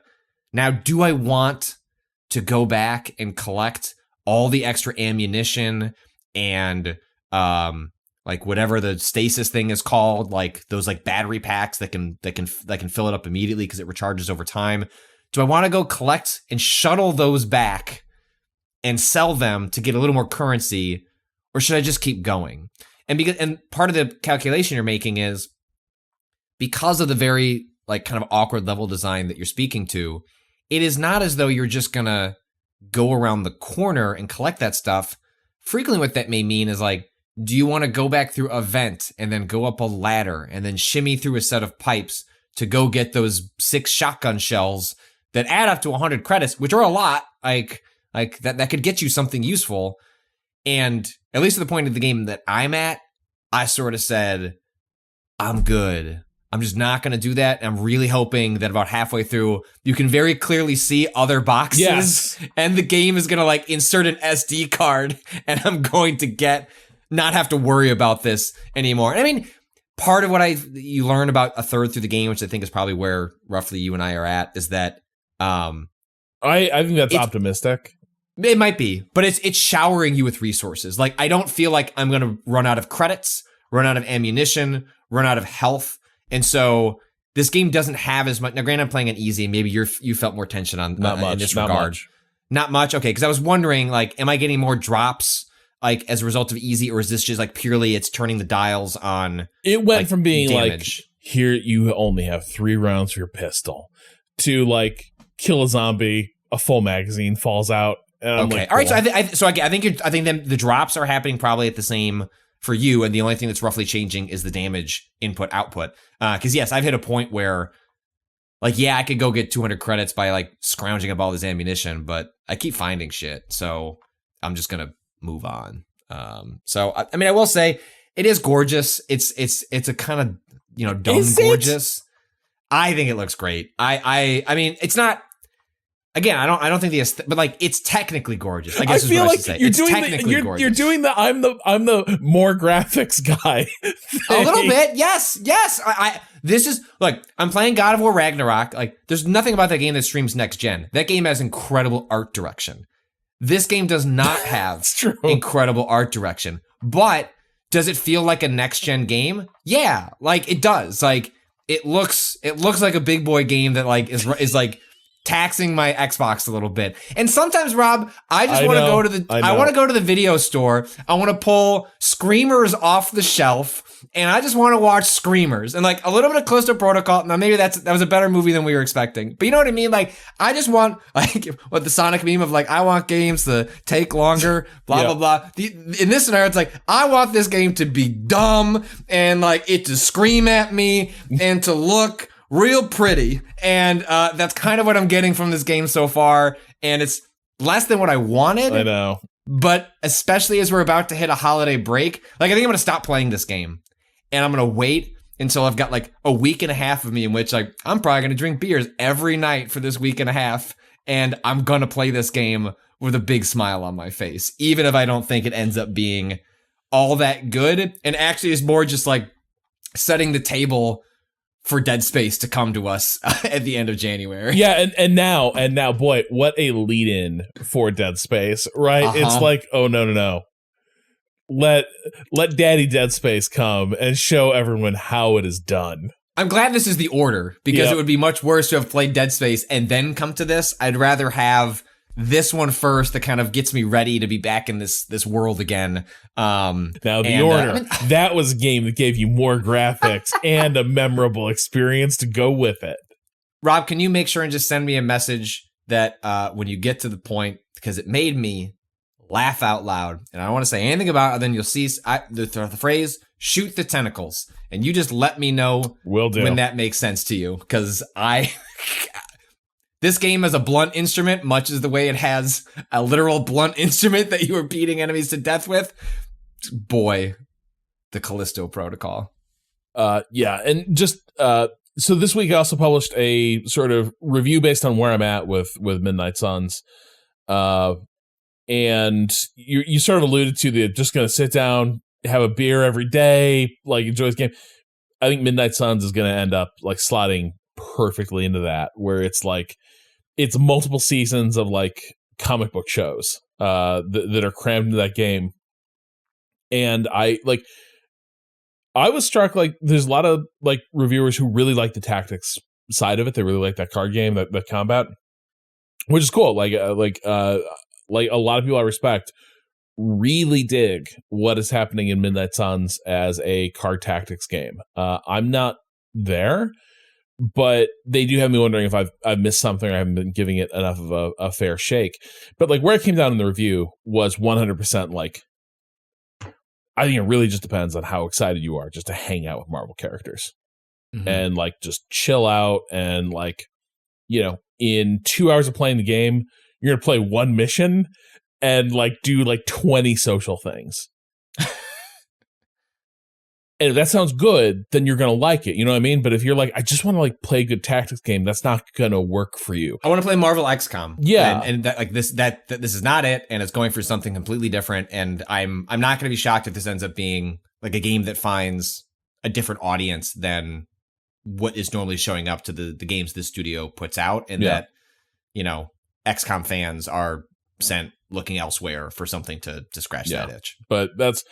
So just check out the review on the site, because that's basically where I ended up. I guess the caveat I'd offer is I'm the guy who like stuck with all those DC Berlanti shows way too long. It was like, these are pretty cool. This one seems like it's pretty cool. Flash season 7, sure, absolutely, boy. Oh, he's got to go even faster. Hot damn! I hope he can make it. Is the Speed Force in trouble again?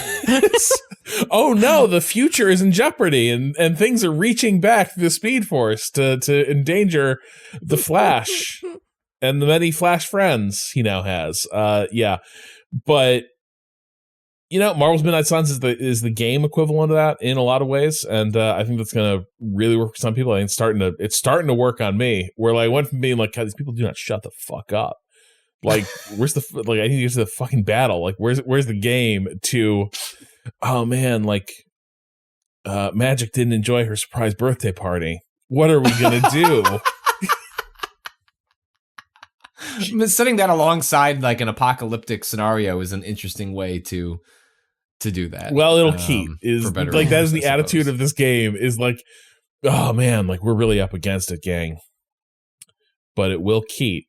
So I don't know. You want to go like take a walk in the botanical garden? It's like, yeah, it sounds really nice. Let's take some photos. It's because this world doesn't mean you don't celebrate birthdays. Could be your last one. Right.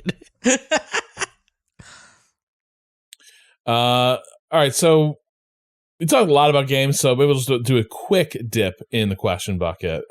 As always, you can send us your questions at gaming@vice.com, subject line questions. But I think keeping, Patrick, you sort of alluded to your plans for the winter break. Henry writes, my wife and I are expecting our first child this December, which will make me a dad. I'm curious, what's the most stereotypical dad game? Is it a golf game, 4X, real-time strategy? Any game featuring the Roman Empire? Alternatively, what's the most dad game you play? The most dad game that I play? I feel like the minute I started playing PGA, the circle had become complete. It's like, I'm a father. Didn't need the kid part to become the father. Yeah. I don't play, like, yeah, I don't really play, like, I don't really slot into a lot of the traditional dad, but like in my non-game life, sitting around on a Sunday while the kids play and I drink beer with another dad and do my best to ignore the children. Like, that's the most dad thing that I do. Do any other dads ever bring up games? Like, no, and I mean the other folks that I know that interact with regularly enjoy games in like the most casual way possible. Like own a console, but don't really play them. And frankly, what's that dad my life is better for it. I don't like it's one of those things, I've struggled with my, where I don't want to discourage my children from playing games, but also like I'm not putting it in front of them because like I do this all day. Like, do I need to do this with you too? So like that may be where I get dragged. The most dad game thing I probably do is I play Minecraft with my kid. Like that is probably, like, I know it's not a strategy game, but us just building a tower is probably the closest. Still, it doesn't feel. It's like playing with your kid is a dad activity. I know, but the dad game, right? I like, know. what is the the quintessential? quintessential? From the perspective of a child, dad is being observed playing something for his own recreation. Right. What is dad doing? That? Yes. I think golf is the kind of especially the more simmy or like the ones that the PGAs feels like it's in the right direction. But like what I feel like maybe city management. Yeah. Like SimCity. That's not something like idea. that. I feel like that feels like a dad's things sort are of also vibe. fairly low pressure. Right. Like dad is not counting APM. Like that is not. See, because I think almost the closest I would have is when my children walk in and I'm playing a Souls game and I'm like swearing at the screen and I'm just like, why did you just swear? And I was like, Dad's allowed to do that while he plays Elden Ring. Shut the fuck up, Jessica. Don't be like your dad. Like, I feel like that's a lot of dads in that game. Everyone else is like casual, casual, like not, no stress. It's like, no, I'm sitting here ratcheting up my stress and telling my children to get out. Corbin from Maryland. So Cado, like, hey, you're a father to that cat. Yeah. Do you have many moths? No, the wasps. Wasps. Let's be Excuse fair. me. Well, yeah, the moths aren't mine. I'm trying to get rid of them. Pater wasp familia. Cado, do you have a dad activity? No, I don't. I feel like It's your card games. It's like, yeah. Is that what it is? It's your roguelike deck builders. That is that. I feel like that is. They're like relax. Oh, what's? I feel like in college, your kids go to college, they come home, they're like, "Where's dad?" Like, where the fuck? Contemplating his next move. I mean, honestly, like if that was your life, You'd be off doing that. My actual, like my physical card games, right? Like the actual Magic cards I have. He's putting his Magic cards into a new set of plastic sheets. Right, exactly. That's the dad, like, oh, right. We play this all on computers now, Dad. Why do you gotta keep buying physical cards? Because they're neat, and I can afford it. They're gonna be worth something someday. Yeah, I can sell them on the secondary market. You were too young when the Pokemon cards got big. All right, Corbin from Maryland writes, "Hey, Waypoint crew, longtime listener, first-time question asker. With the ever-flowing stream of Warhammer 40k games, it seems all genres are destined to be 40k-ified at some point. While most attempts are mid at best, the notable few have produced some stellar games, Chaos Gate, Battlefleet Gothic Armada, Space Marine, etc. My question is, what IP do you wish got the same treatment, for better or worse? For me, Mass Effect has always been near and dear to my heart, and I think it's time for an XCOM-style foray into the Terminus system while the Reaper invasion is in full swing. Hell, I'll take a Mario Kart spin-off at this point. Love what you do. Always looking forward to the next pod." Corbin from Maryland. Mass Effect Tactics would have been pretty good. Yeah. That's not a bad idea. Yeah. Huh. Are there other franchises you wish just got the Tactics treatment? Like, given that we just talked about... No, it's not a Tactics treatment. Okay. It'll get visual novels. It'll get, adventure games. It'll get, like, naval combat games. It will get first-person shooters. Like, every genre, any type of game will end up existing in this universe. So what is a universe that you would enjoy that bounty coming in? Huh. I think all the things I like, they don't make sense. Where's my leftovers? Well, Leftovers could have had a visual novel. That would have been all right. Lost did get a video game. Wasn't very good. Over here in the banyan trees. Why that game had half the voice actors and half not? Oh my god, incredible. Yeah. So I will say, Cado, you had one? I'd love to see more of the world of it. Oh, go ahead. I was gonna say, it kind of happened, but I feel like it should happen again and more. But Pokemon went through this for a hot second, and then they stopped doing that. Like, there was a side game that was a crossover with what's that series called? Nobunaga's Ambition. I think it's like a tactics Pokemon game. But like, I want like did you just say standalone. Nobunaga's Ambition is a Pokemon game? Yeah, they did a crossover with a Pokemon game called, I believe it's called Pokemon Conquest. Did I know this? I feel like we've talked about this, and I've been angry that I missed it. It came up with Ren at some point. But yes, there is a crossover that in Japanese the name is just Pokemon plus Nobunaga's Ambition. In when it got translated, it translated to Pokemon Conquest, and that is what it is, right? But that was always the thing. That was always it was like always a crossover, sort of like, here's a different game, and then we're gonna cross it over with the Pokemon franchise. I just want a standalone, just do the standalone game of Pokemon in that genre, right? And actually make it good. I don't know. I wish I had played this. After doing some Googling to try and come up with some ideas, like, actually this was like remarkably easy. It was like, I want to spend more time in Bloodborne, like wherever, like, let's just go. Sure. Like, just like literally anything in Yharnam, like I'm ready to see. Like a Bloodborne kart racer, for example. Yeah, 100%. Look, the people are clamoring for it. They're making it themselves because Sony and From Software will not quench our thirst for the vile blood. I literally anything in Bloodborne would be spectacular, because it's as much as I like the worlds of Souls or even Elden Ring, I find myself so attached to that specific world and aesthetic that I would take literally anything else there.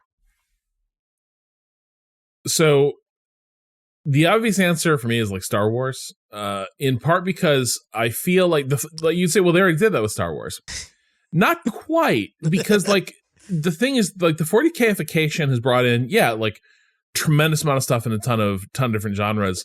When Star Wars was, like, getting really free with the license, it did a lot of, like, old school movie tie-in style games that were just not going to be good. And never did a whole lot of stuff that it's been quite successful on tabletop, for instance. Like Star Wars Armada would be really interesting as a PC game or something, where it's like you're leading fleet battles. But that doesn't really exist. Where is my like Clone Wars tactics game? What was that game that we played on stream once? Rebellion. Yeah. That was like the closest thing, and that was very not exactly I think what you're imagining, but still. I feel like I mean, it's cool. That's like that'd be your Star Wars like grand strategy game for sure. But like you can imagine, they haven't done a lot of. I feel like the tactics and strategy space is a thing that Star Wars hasn't done a lot with. Which they did RTS's Empire at War, but like there's some goofy shit in there. Like there's land battles in it. And like their solution, like what's the Imperial version of a tank? It's like a TIE fighter with treads. Like it's just not real well conceived stuff. It's not what you'd want. But like so Star Wars would kind of be the obvious one for me. I think in terms of like a place where you could really see a similar torrent of just like wild swings and variable quality is probably The Expanse. And I would be like, I see Expanse city builders, once they get that gate open, build your little community, make sure the belters and the belters and the earthers and the Martians, make sure they all get along in your city or don't. But yeah, survival game, like a squad tactics, type? Yeah, a fucking fleet, just a space combat sim. Incredibly obviously. Cool space combat sim. Yeah, yeah. So like for me, that's probably it. At least that's where my head is at right now. It's funny. There's just not many franchises that lend themselves to this. That have sort of so much stuff happening in the background. You could easily be like, oh yeah, it would totally make sense if there were like a huge strategy game in this world or like a city builder in this world. But that's kind of where I might go. And I think we can let it go right there. We've had a couple of big podcasts today. We're at the 2-hour mark, and we've done good work today. We've really talked about those games. You can check out what we've published on waypoint.vice.com. Check out my review of Midnight Suns, and by the time you're hearing this, Patrick and I will probably have put some of our thoughts in order regarding the Calisto Protocol. Thanks to Waypoint Plus, we've been able to have a bunch of fun streams lately. Check out Cado and I having a blast with Need for Speed Unbound. Check out our frankly upsetting denouement in The Devil in Me. I will just say it was unclear what that prompt signified. I was going to do that to that dog. I did not. That was not a choice. I feel very tricked. And of course, this Friday, Patrick is going to have another Dad's Day off and be playing some more Cyberpunk. And of course, our Waypoint Plus listeners already heard Patrick and I have a long discussion as we reckon with the complete implosion of the Bears season, and it turns into your what you envision with a tank year, as well as us coming to grips with offside rules in the World Cup. Cado in my defense.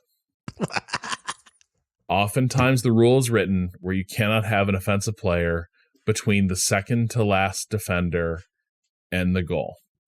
Really? And that is often how I see it written. Huh.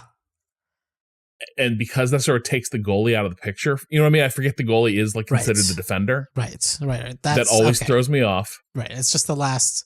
Yeah. You know what's weird is the offside rule makes a lot more sense if you put it in gamer terms. No goal camping. Yeah, exactly. Effectively, that is what the rule exists to do. It's like you can't just camp the goalie and try to pass downfield to get a shot on him. Yeah.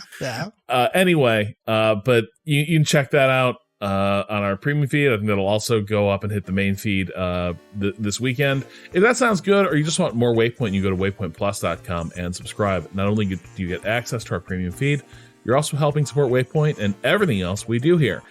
And if you want to show not just support, but your zeal, go to waypointgeneralstore.com and buy some of our fine Waypoint merch. Our theme music is by Bowen. The track is Miss You off the EP Pale Machine. Learn more at waypoint.zone/BOEN. For now, we're calling time on this week. We will talk to you again next week. Till then, fuck capitalism. Go home.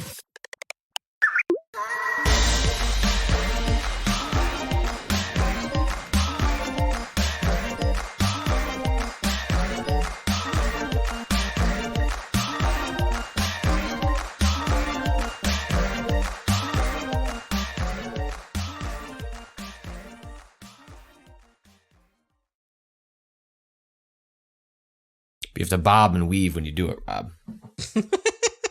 How does the blocking work in that game? Who can say? Not sure. Okay, yeah. Stop. We'll talk. I knew I was going to trigger you, but I did that just to annoy you.